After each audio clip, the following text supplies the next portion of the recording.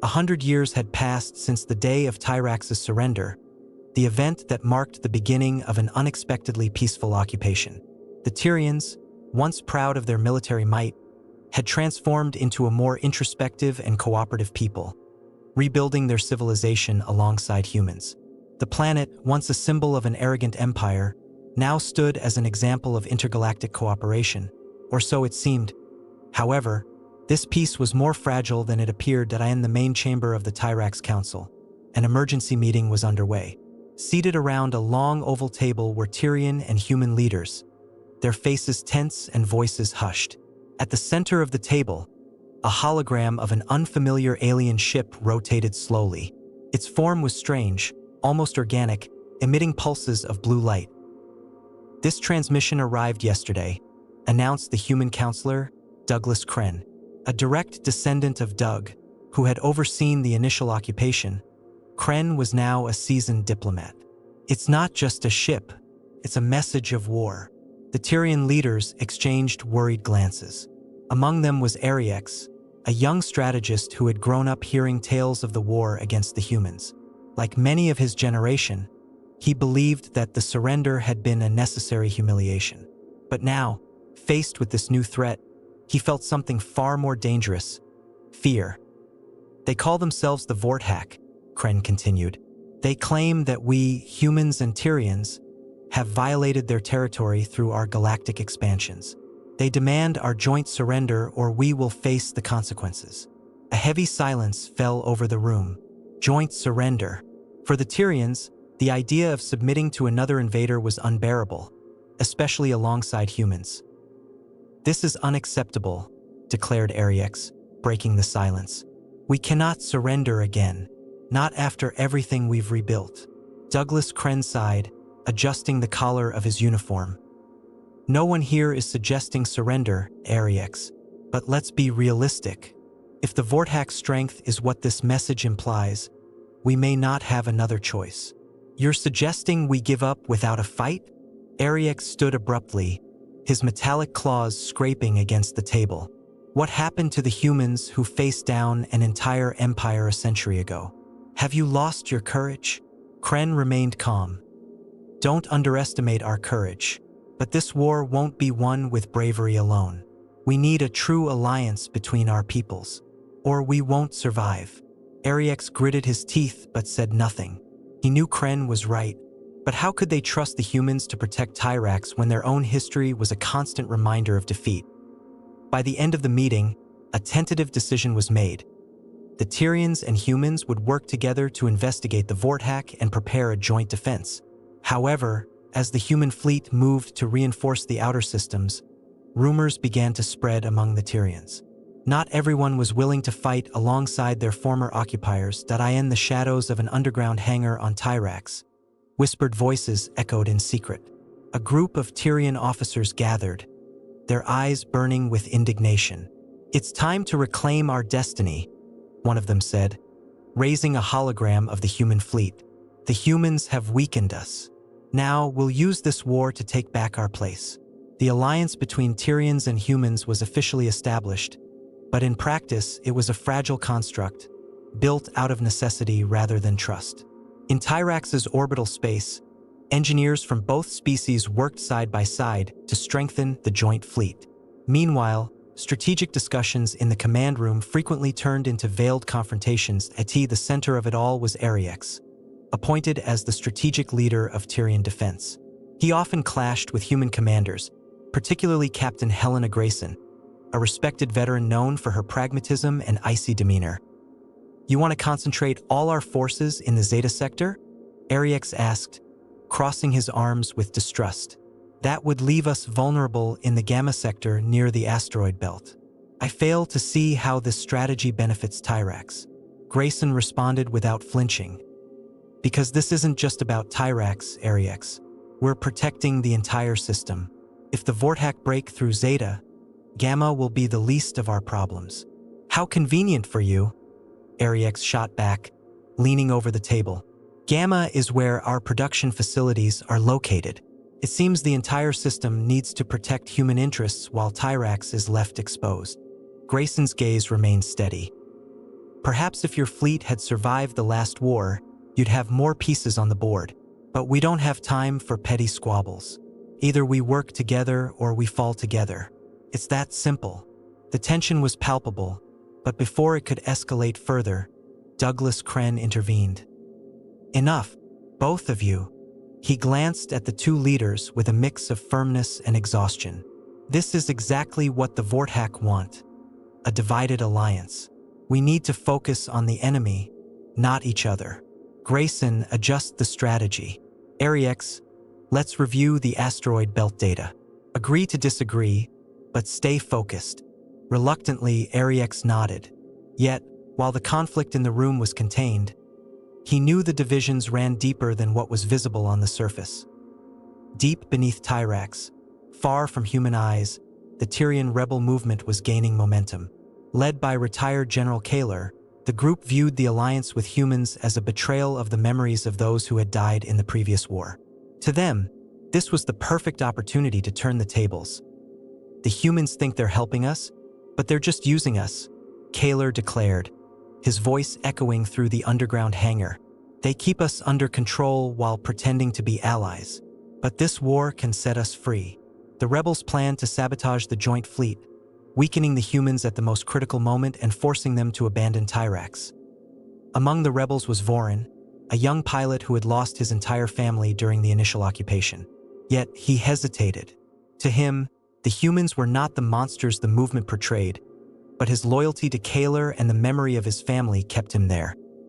Is this the right thing to do? Vorin asked Kaler after a meeting. If the Vorthak win, Tyrax might not survive. Kaler placed a heavy hand on Vorin's shoulder. Tyrax hasn't survived, boy. This is just a shadow of what we were. The Vorthak are a danger, yes, but no greater than the humans. They've weakened us, and now we'll use them as they've used us. Vorin remained silent, but something inside him began to question the true cost of this rebellion. Meanwhile, at the border of the Tyrian system, the joint fleet was making final preparations when the alert sounded.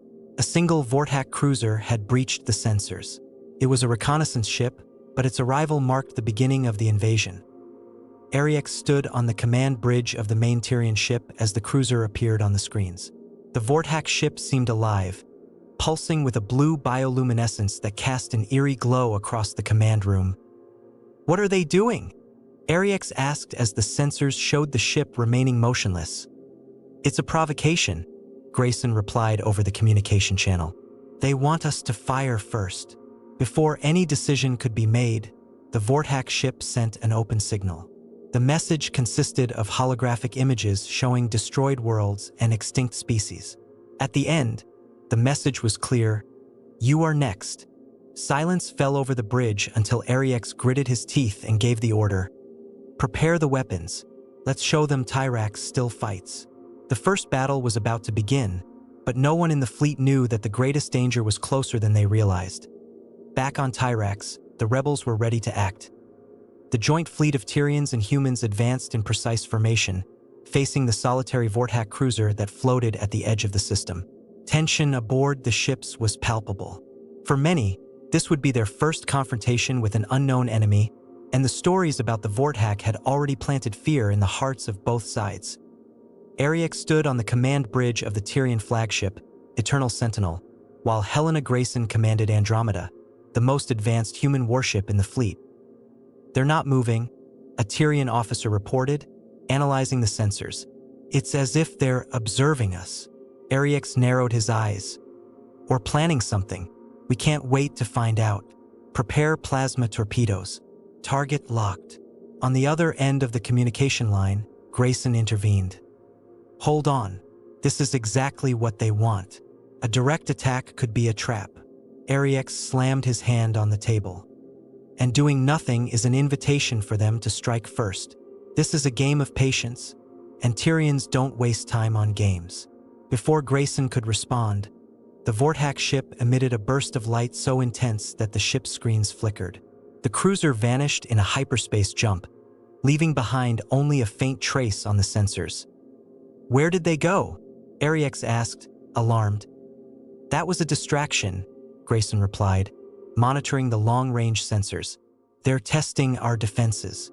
That cruiser was just mapping our system. Now they know where we're weakest." Before further discussion could ensue, proximity alarms blared. 6 additional Vorthak ships emerged from hyperspace, surrounding the joint fleet. This time, they weren't just observing. "All systems on high alert," Ariex shouted, his voice cutting through the chaos on the bridge. The battle began with a deafening roar. The Vorthak ships unleashed energy weapons that sliced through space like liquid blades. The human and Tyrian ships retaliated, but the Vorthak's biotechnology absorbed much of the damage on Andromeda. Grayson coordinated the attacks with surgical precision. "Concentrate fire on the organic junctions. Those are their weak points. Don't waste ammunition on their shells." Ariex, on the other hand, commanded his ship with fervor and intensity. "Increase the torpedoes' power. Crush them before they regroup." Despite the tense collaboration, the battle was far from won. The Vorthak ships were incredibly resilient, and for every one destroyed, 2 seemed to take its place. While the space battle intensified, events on Tyrax took a darker turn. In the underground hangar, the Tyrian rebels, led by Kaler, launched their plan. Using old access codes, they hacked into the planet's orbital defense systems, disabling several of the towers that protected its atmosphere. "By the time the humans realize it, it'll be too late," Kaler said, watching the screens showing the human ships engaged in battle. "They'll be forced to retreat, leaving Tyrax vulnerable. Then we'll take back what's ours." Vorin, still torn, hesitated as he worked on one of the sabotaged systems. "What if the Vorthak win? They won't stop at Tyrax." "Kaler, you know that. That's a risk we're willing to take," Kaler replied firmly. "Tyrians bow to no one, neither humans nor Vorthak." The orbital defenses began to fail, creating a breach around Tyrax, which was quickly detected by the joint fleet. On Eternal Sentinel, Ariex received the news with a mix of shock and fury. "Who's sabotaging our defenses?" Grayson appeared on the communication screen, her expression grim. "You're Tyrian rebels, it seems. You can't even control your own planet." "That's not helping, Grayson." Ariex shot back, his mind racing for a solution. "We'll handle this. Just hold off the Vorthak." "Without Tyrax, there won't be anything left to hold off," Grayson replied before cutting the communication. Ariex knew he had to act quickly. He ordered an elite team to be sent to Tyrax and took personal command of the mission. To him, the rebels' sabotage wasn't just a betrayal of the humans. It was a betrayal of Tyrax's entire future. As Ariex led the team into the hangar, Vorin wrestled with his conscience. He knew Kaler's plan would endanger everyone, but defying him meant betraying his mentor and his people. When Ariex's team stormed the hangar, the confrontation became inevitable. "You're destroying Tyrax's future," Ariex shouted as he faced Kaler. "The humans already destroyed our future," Kaler retorted, raising a weapon. "Now we'll take back control." Vorin, watching the clash, made his decision. He deactivated the sabotage systems he had helped program and turned his weapon on Kaler. "Enough, Kaler. We're fighting the wrong enemy." Betrayed, Kaler tried to retaliate, but was quickly subdued by Ariex's team. With the defense systems restored, the battle in space began to turn. The human and Tyrian ships, now coordinated, repelled the Vorthak, at least for now. News of the rebel sabotage and Kaler's arrest spread quickly among the Tyrians and humans, deepening the already fragile divide in the alliance. For many Tyrians, Kaler was a symbol of resistance, while others viewed him as a traitor who had nearly doomed the planet to destruction.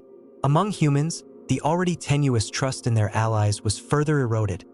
On the bridge of the Eternal Sentinel, Ariex called a meeting with key leaders, including Helena Grayson and Douglas Kren. The tension was palpable.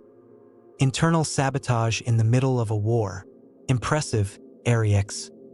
Grayson began, her voice dripping with sarcasm. "Do you really expect us to trust your leadership after this?" "I don't need your trust," Ariex shot back, crossing his arms. "I need you to do your part. We've dealt with the traitors. The defense systems are restored. Let's focus on the real enemy." Kren tried to mediate. "This isn't just about defense systems. It's about the stability of our alliance." If we're not united, the Vorthak will destroy us. We need to work together." Grayson scoffed, but before she could respond, the fleet's sensors picked up new movement. A massive Vorthak fleet was approaching. "They're back," announced a human officer. "And they're not testing us anymore. They're coming in full force." The displays showed dozens of ships, all larger and more menacing than before. The joint fleet, still recovering from the last battle, now faced an overwhelming swarm. With the Vorthak fleet advancing rapidly, Grayson proposed a risky strategy, using Tyrax as bait. "If we concentrate our defenses on the planet, we can lure the Vorthak into a trap," she explained, pointing to a hologram of the battle. "This will give us a chance to destroy their main fleet in one decisive strike." Ariex reacted with indignation. "You want to turn Tyrax into a battlefield? Millions of civilians will die." Grayson stared back without flinching.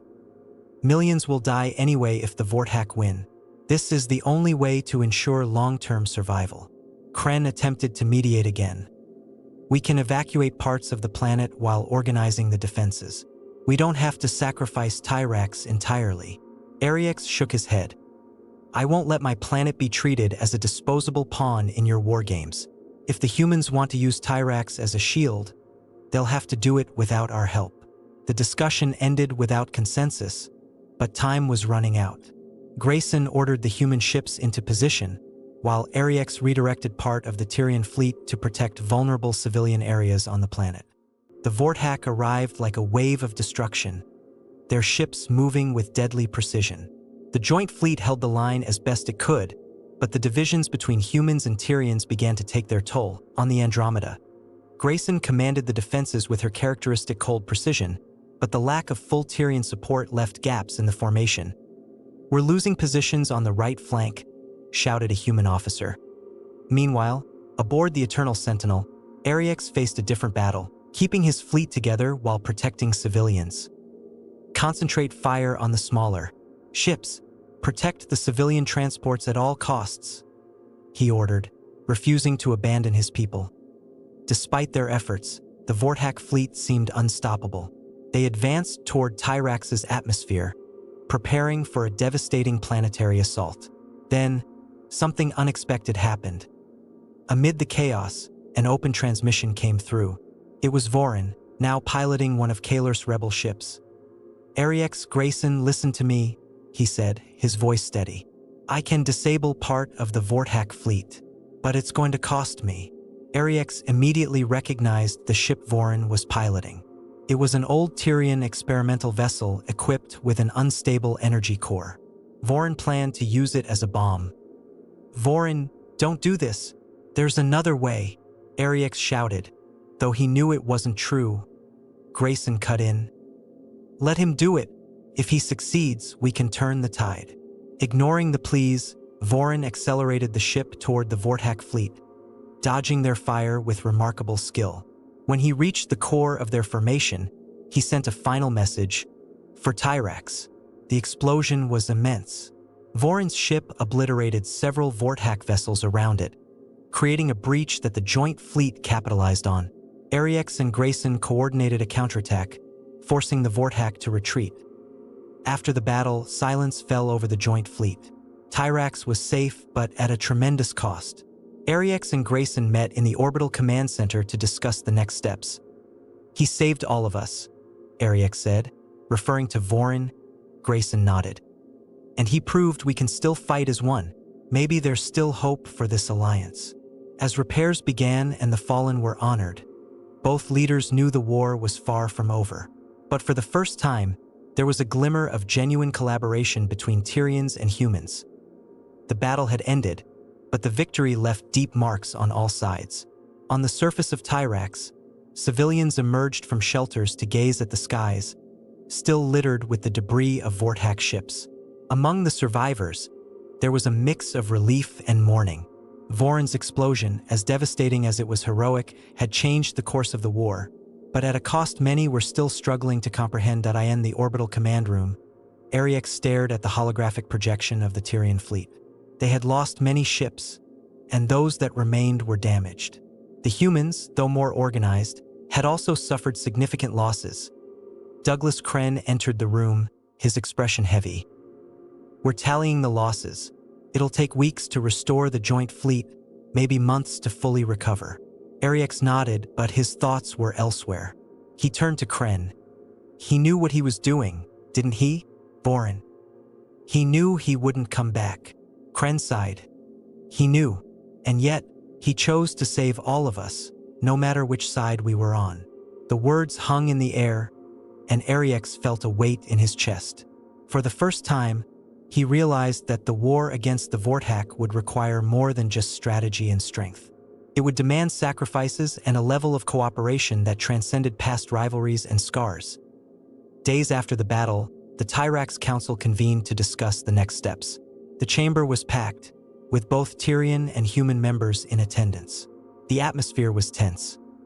"We cannot keep fighting alongside the humans," declared a Tyrian counselor. Vorin's sacrifice was a reminder that we must fight for Tyrax, not for the Alliance's interests. Other members murmured in agreement, but Ariex stood to speak. "You're wrong. Vorin didn't fight just for Tyrax. He fought for all of us, because he knew that without this alliance, we don't stand a chance against the Vorthak." A human counselor, visibly irritated, interjected. "That's convenient coming from someone who nearly lost the planet because of an internal rebellion. Maybe it's time the humans took full control of the defense." A murmur of dissent echoed through the room. Kren, seated at the far end of the table, raised his hand to silence everyone. "Enough. This kind of division is exactly what the Vorthak want. Ariex is right. We need to keep working together.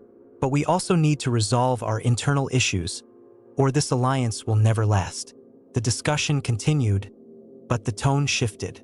For the first time, Tyrians and humans began to recognize the need to rebuild trust. Above all, they acknowledged that the war against the Vorthak was far from over. While the council debated, a group of Tyrian rebels who had escaped Kaeler's imprisonment began regrouping. In a remote hideout, a new leader emerged. Lorik, a cold and calculating commander who believed Vorin had betrayed his own people.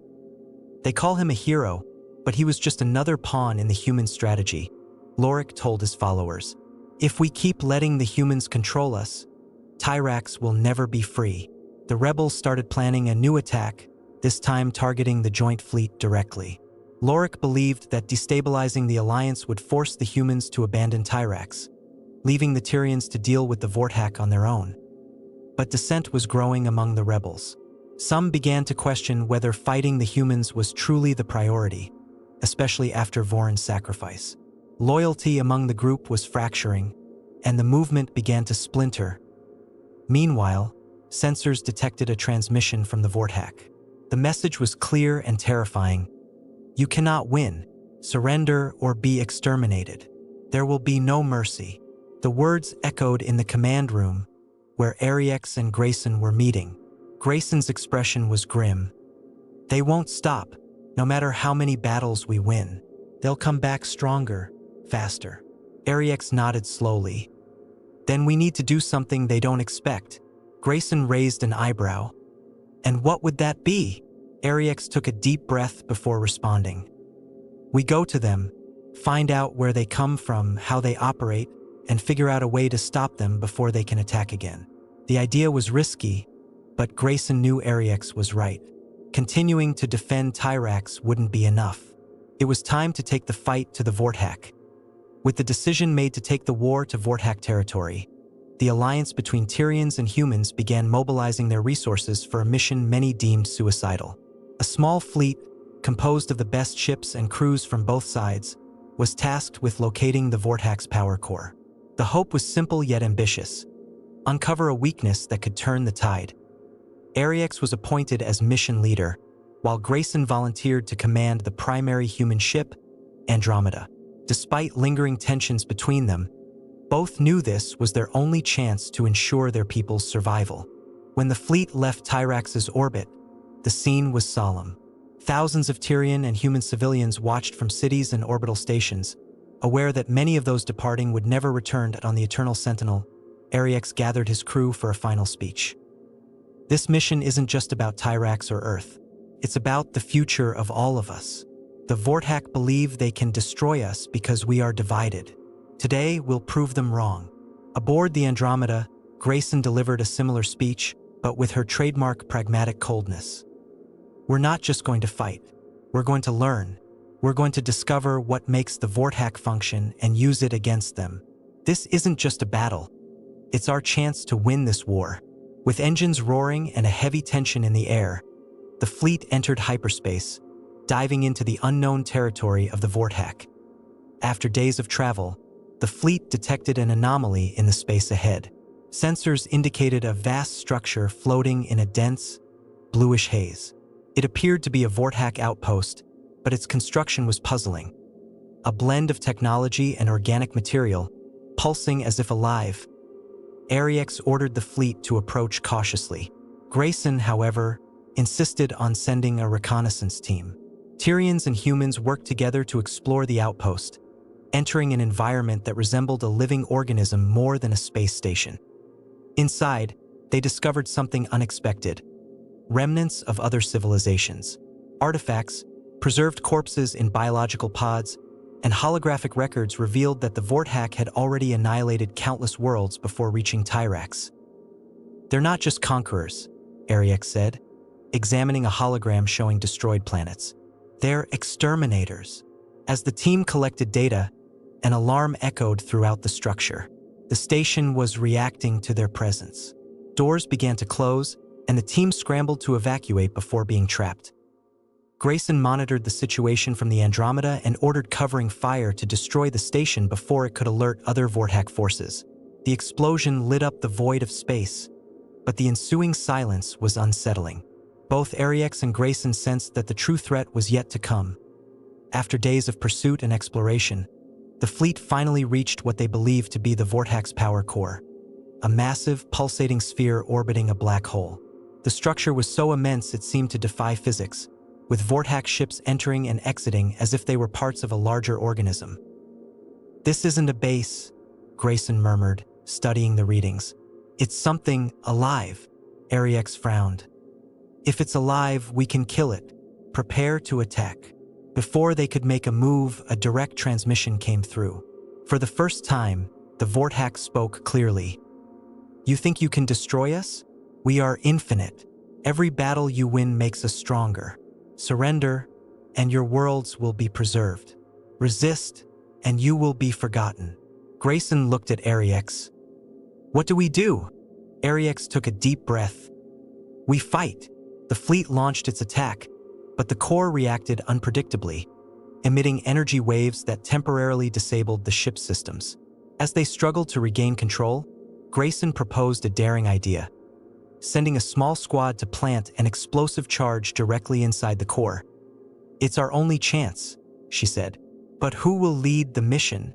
Ariex volunteered, knowing that if he failed, there would be no second opportunity.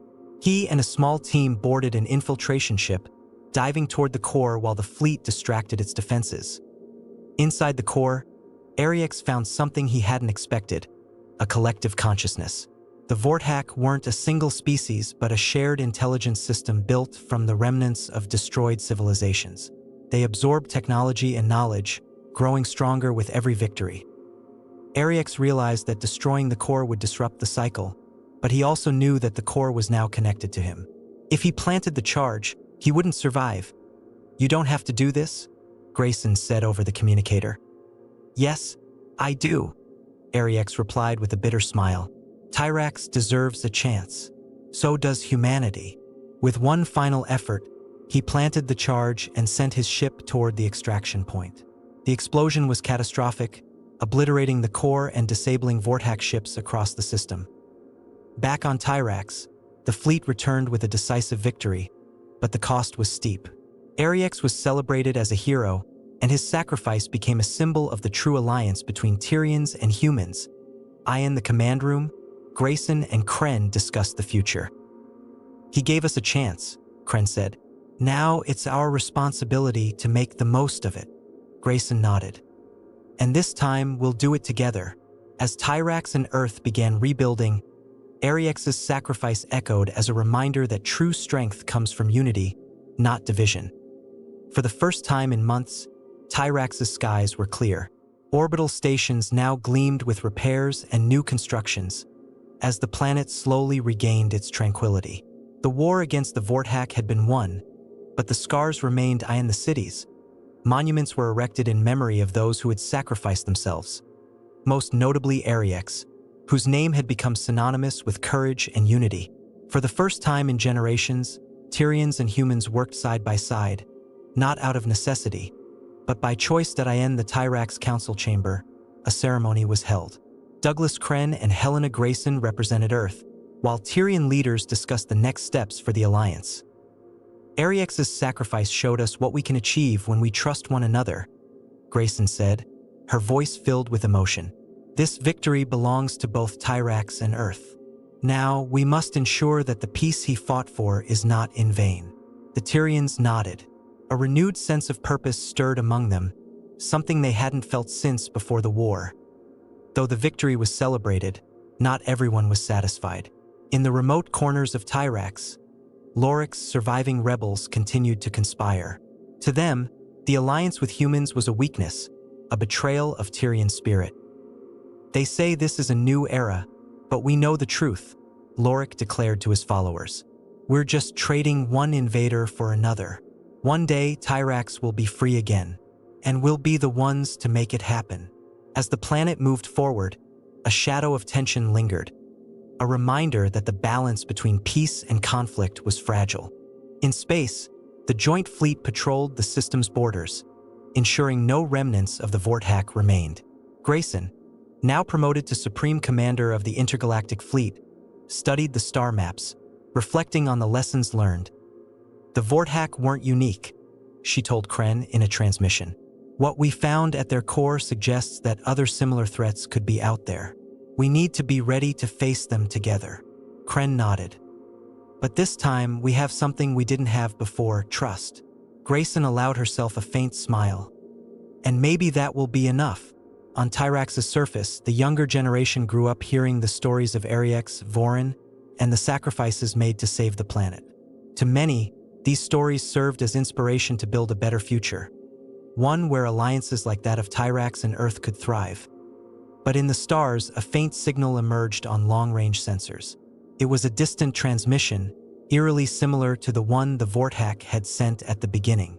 Once again, the universe's eyes were on Tyrax and Earth. As the people celebrated, a new journey was already beginning to take shape on the horizon.